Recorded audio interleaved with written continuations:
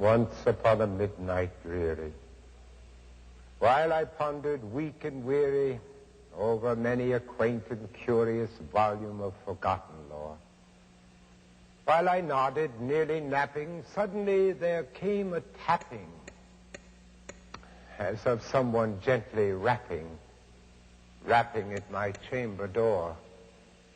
"'Tis some visitor," I muttered, tapping at my chamber door, "only this and nothing more." Distinctly I remember it was in the bleak December, and each separate dying ember wrought its ghost upon the floor. Eagerly I wished the morrow, vainly I had sought to borrow from my book surcease of sorrow, sorrow for the lost Lenore, for the rare and radiant maiden whom the angels call Lenore, nameless here forevermore. And the silken, sad, uncertain rustling of each purple curtain thrilled me, filled me with fantastic terrors never felt before, so that now, to still the beating of my heart, I stood repeating, "'Tis some visitor entreating entrance at my chamber door. Some late visitor entreating entrance at my chamber door. This it is, and nothing more."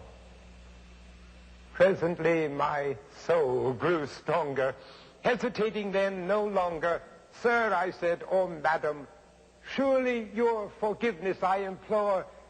But the fact is I was napping, and so gently you came rapping, and so faintly you came tapping at my chamber door, that I scarce was sure I heard you. Here I opened wide the door. Darkness there, and nothing more. Deep into that darkness peering long, I stood there wondering, fearing, doubting, dreaming dreams no mortal ever dared to dream before. But the silence was unbroken, and the stillness gave no token, and the only word there spoken was the whispered word, "Lenore." And I whispered back, and an echo murmured back, "Lenore." Merely this, and nothing more. Back into the chamber turning, all my soul within me burning. Soon again I heard a tapping, something louder than before. "Surely," said I, "surely that is something at my window lattice.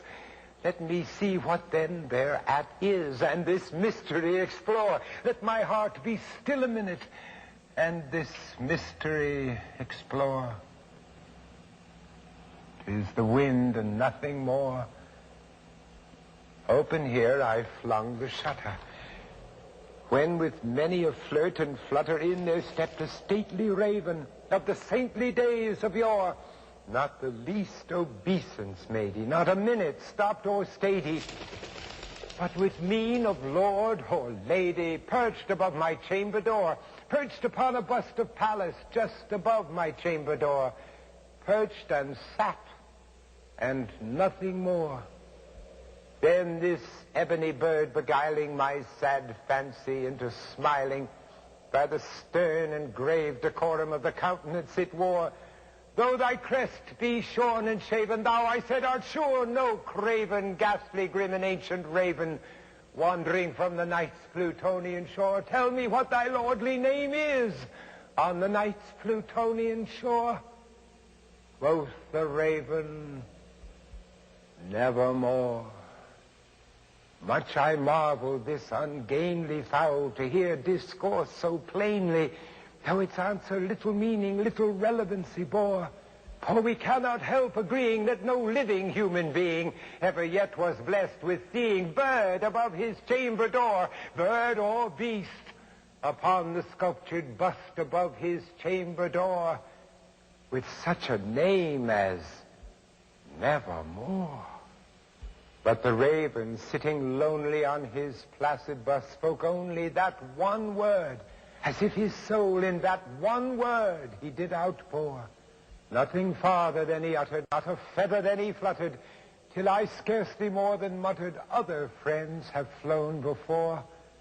On the morrow he will leave me as my hopes have flown before. Quoth the raven, nevermore.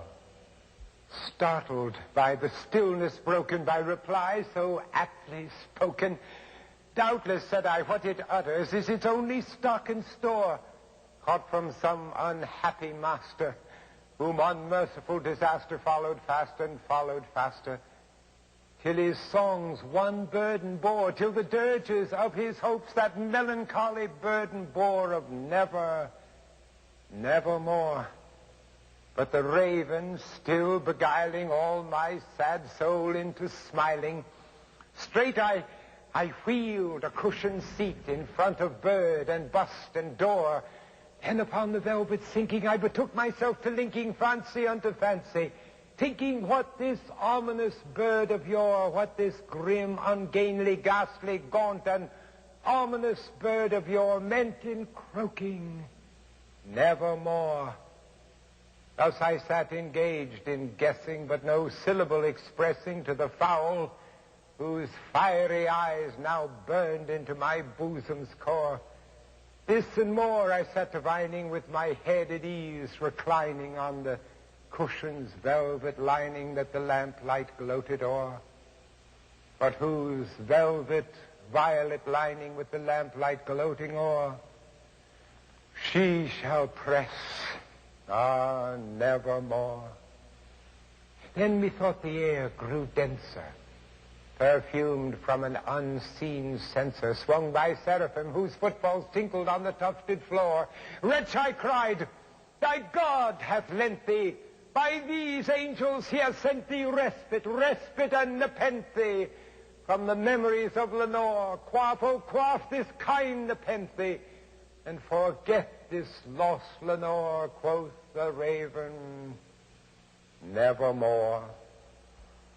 Prophet, said I, thing of evil, prophet still, if bird or devil, whether tempter sent or whether tempest tossed thee here ashore, desolate yet all undaunted, on this desert land enchanted, on this home by horror haunted, tell me, I implore, is there balm in Gilead? Tell me, I implore. Quoth the raven, nevermore. Prophet, said I, thing of evil, prophet still, if bird or devil, by that heaven that bends above us, by that God we both adore, tell this soul with sorrow laden, if within the distant Aden it shall clasp a sainted maiden, whom the angels name Lenore. Clasp a rare and radiant maiden, whom the angels name Lenore. Quoth the raven, nevermore. Be that word our sign of parting, bird or fiend, I shrieked upstarting, get thee back into the tempest and the night's Plutonian shore. Leave no black plume as a token of that lie thy soul hath spoken. Leave my loneliness unbroken. Quit the bust above my door. Take thy beak from out my heart, and take thy form from off my door. Quoth the raven, nevermore. And the raven, never flitting, still is sitting on the pallid bust of Pallas just above my chamber door. And his eyes have all the seeming of a demon's that is dreaming, and the lamplight o'er him streaming throws his shadow on the floor. And my soul from out that shadow that lies floating on the floor shall be lifted nevermore.